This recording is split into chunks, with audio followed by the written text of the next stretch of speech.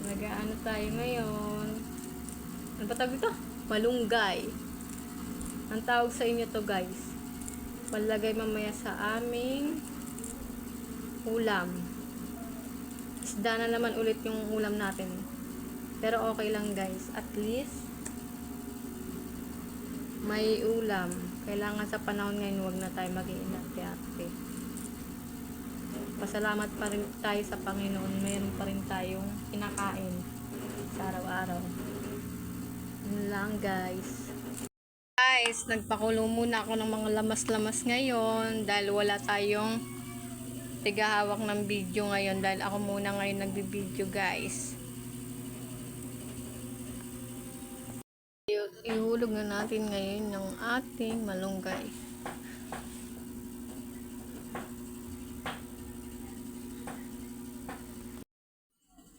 Halu-haluin po natin.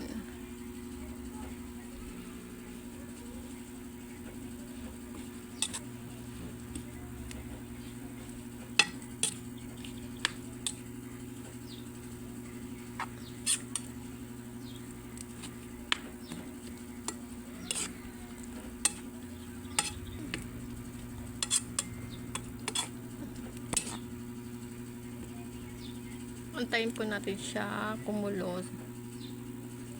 So, ngayon guys, kumukulo ng ating malunggay.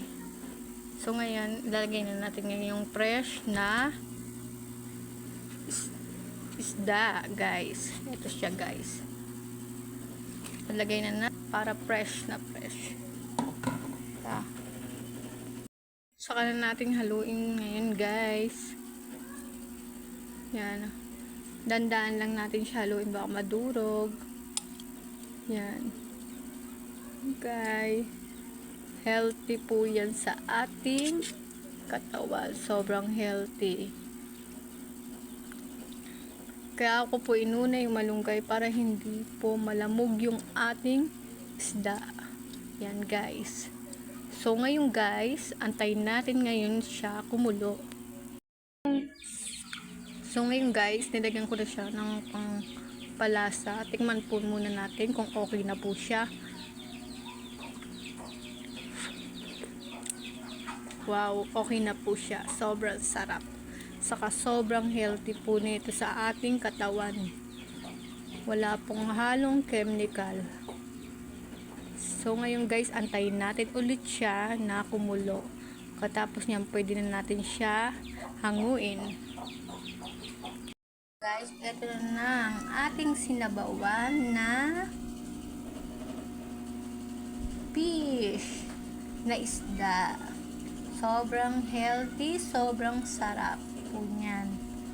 Mayaman pa sa protina. Hanggang dito na lang guys. Thank you for watching.